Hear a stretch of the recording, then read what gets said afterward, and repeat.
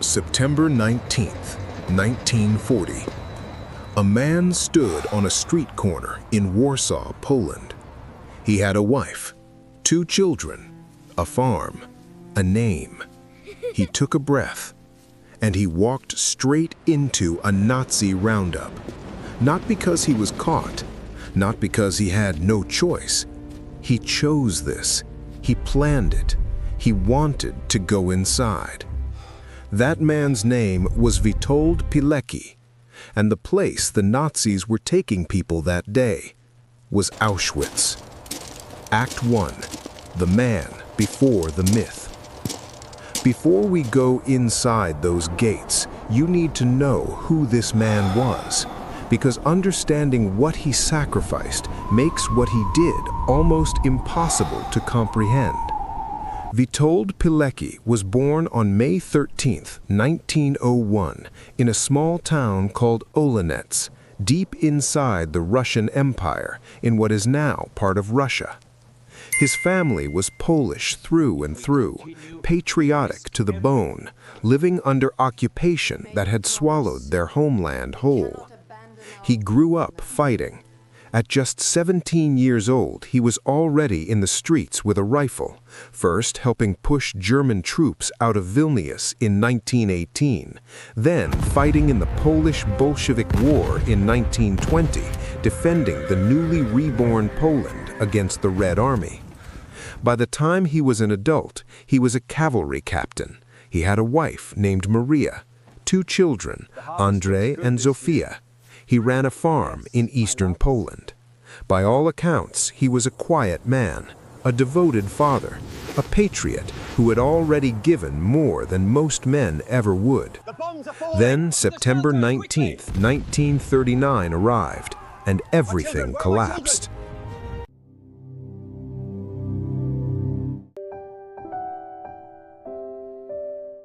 Nazi Germany invaded Poland from the west. The Soviet Union invaded from the east. Within weeks, Poland ceased to exist as a nation. Pilecki fought in the defense. It was hopeless, and in the chaos that followed, he did what he always did when his country needed him. He refused to disappear. He went underground. He co-founded the secret Polish army, 𝐇𝐢𝐬𝐭𝐨𝐫𝐲 Polska, one of the earliest resistance organizations in occupied Poland. He was a soldier without a country, fighting a war the world had already written off. And then, in 1940, something happened that would change everything. The plan. The Germans had opened a new camp near the town of Oświęcim, what they renamed Auschwitz. In 1940, nobody knew exactly what it was. Telegrams were arriving to families across Poland, brief, cold notices that their sons or husbands or brothers had died inside, of heart failure, of pneumonia. The Polish underground suspected something horrific was happening inside those walls, but they had no proof, no intelligence, no eyes on the inside. A proposal was raised. Someone needed to get in there. This is our only path. But the cost is too high. There is no other choice. And Witold Pilecki said, "I'll go." I will go, alone. This is my sacrifice. He looked at the information, or the terrifying lack of it, and decided that the only way to save lives was to sacrifice his own freedom, possibly his life, and walk into the darkest place on the continent. His superiors gave him a false identity card. His new name was Tomasz Serafiński. Occupation, tanner. No military record, no resistance ties. Just an ordinary Polish man caught up in the wrong place at the wrong time. On September 19, 1940, Pilecki walked out into a Warsaw street, knowing that the Germans were conducting a roundup. and he let himself be captured, alongside roughly 2,000 innocent civilians. 2 days of beatings in a holding barracks, then a cattle car, then the gates. The game which I was now playing in Auschwitz was dangerous. This sentence does not really convey the reality. In fact, I had gone far beyond what people in the real world would consider dangerous. Witold Pilecki, from his own report. Inside hell. He was assigned prisoner number 4859. The conditions were designed to destroy a person. Starvation rations, forced labor in freezing temperatures, arbitrary beatings from guards, fellow prisoners dying around him daily from exhaustion, disease, and execution. This was 1940, before the mass gas chamber operations, but it was already a place designed to kill. And inside it, Witold Pilecki began to build. Within weeks of arriving, he was quietly making connections, carefully, methodically, one trusted person at a time. He founded a secret resistance network inside the camp called the ZOW, Związek Organizacji Wojskowych, the Union of Military Organizations. The network was built in small, isolated cells. If one person was caught and tortured, they could only give up a few names. The whole structure wouldn't collapse. Pilecki designed it to survive him. From inside the barracks, his network did 3 things. 1. They raised morale, shared food, shared news from the outside world smuggled in by contacts, kept people human when the camp was designed to make them feel like animals. 2. They organized a series of escapes for specific prisoners, getting vital witnesses out. 3. And most critically, they gathered intelligence, names, numbers, transport lists, the methods of killing, the scale of the murders, all of it meticulously collected and passed through a chain of contacts to the outside world. His first report reached the Polish underground in October 1940, just weeks after he arrived. By March 1941, it had reached the Polish government in exile in London, and through them, the British government. The Allied governments now had the first detailed eyewitness intelligence from inside Auschwitz. The gas chambers, the selections. The crematoria were running constantly, part of a system designed for mass killing on an industrial scale.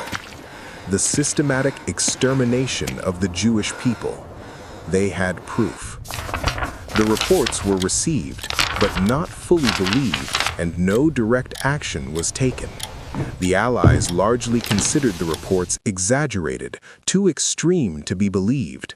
The scale of the horror was so vast that it broke the imagination of the people reading it in safe offices in London. Pilecki sat inside Auschwitz, watching people die every single day, knowing his reports were going out and that the world was not coming. The escape. For 2.5 years, Witold Pilecki survived Auschwitz. 2.5 years. By early 1943, the Gestapo was hunting ZAW members inside the camp, finding them and executing them one by one. Pilecki knew his time was running out. He made a decision. He needed to escape, get back to the Home Army in Warsaw, and personally convince them to launch a military operation to liberate the camp. On the night of April 26th to 27th, 1943, Pilecki and 2 fellow prisoners escaped during a night work shift at a bakery outside the main fence. They overpowered a guard, cut the phone lines, and ran through the darkness toward the forest. He was free. After nearly 3 years inside the worst place on earth, he was free. He reported to Home Army headquarters in Warsaw on August 25, 1943. And there, he laid out his plan, a coordinated uprising inside the camp, timed with a military strike from the outside. The Home Army turned him down. The Allies still didn't believe the full scale of what he'd reported. The liberation of Auschwitz was not coming from the outside. It would have to wait until the Soviet army arrived in January 1945, by which time over 1 million people had been murdered there. Pilecki was not done fighting. He wrote a comprehensive 100-page report, now known as Witold's Report, the first complete eyewitness account of a Holocaust death camp ever obtained by the Allies. He then joined the Warsaw Uprising in August 1944, fighting street to street in the last desperate attempt to liberate the Polish capital. When the uprising failed in October 1944, he surrendered to German forces as a prisoner of war and ended the war in a German POW camp, where he was liberated by the U.S. Army on April 28, 1945. The final betrayal. He survived the Nazis. He survived Auschwitz. He survived the Warsaw Uprising. He survived a German POW camp. Then he went home to Poland, and that's where they killed him. After the war, the Soviet-backed communist government had seized control of Poland. The Polish government in exile, the one Pilecki had served and sacrificed for, was no longer recognized. To the new regime, men like Pilecki weren't heroes, they were threats. Despite knowing the danger, Pilecki returned to Poland undercover to gather intelligence on the new communist government and report back to the Polish forces in exile in Italy. He was a spy again, this time watching a different kind of tyrant take hold of his country. On May 8, 1947, the communist secret police arrested him. What followed was a grotesque parody of justice. He was tortured, coerced into signing a confession, put on trial where he was not permitted to testify in his own defense. No witnesses were allowed to speak for him. The verdict was never in doubt. He was sentenced to death. Before the sentence was carried out, his wife managed to visit him. He told her the torture at the hands of the communist secret police had been worse than anything he had endured in Auschwitz. On May 25, 1948, Witold Pilecki was taken to a basement in Warsaw. He was shot in the back of the head. He was 47 years old. His body was dumped in an unmarked location. To this day, it has never been found. Poland is still searching. His story was suppressed for more than 40 years under communist rule. His name was erased. His report was buried. The man who volunteered for Auschwitz, who risked everything to tell the world the truth, died as a convicted criminal in his own country. There is no statue of Witold Pilecki in Washington. There is no Hollywood film. For most of the world, he is still a stranger. Poland's chief rabbi, Michael Shuldryk, wrote in the foreword to the first English translation of Pilecki's report, "When God created the human being, God had in mind that we should all be like Captain Witold Pilecki of blessed memory." Historian Norman Davies wrote, "If there was an Allied hero who deserved to be remembered and celebrated, this was a person with few peers." Today, streets, schools, and monuments across Poland carry his name. He has been awarded Poland's highest honors posthumously. His full report, Witold's Report, was only published for the first time in the year 2000, 55 years after the war ended. But you now know his name, and a name like that deserves to be remembered. The most dangerous thing a person can do in a world full of comfortable silence is choose to tell the truth. Pilecki didn't just survive Auschwitz, he documented it, reported it, and begged the world to act. proving that the greatest tragedy isn't always what evil does, but what the rest of us decide not to see. Courage is not the absence of fear, it is the decision that something else matters more. Pilecki knew exactly what Auschwitz was when he walked in. That's not recklessness, that's the rarest kind of human being. Pilecki smuggled his reports out of Auschwitz one message at a time, risking death just so the truth could reach one more person. The least we can do is share this video. One click, zero barbed wire. If his story moved you, pass it on.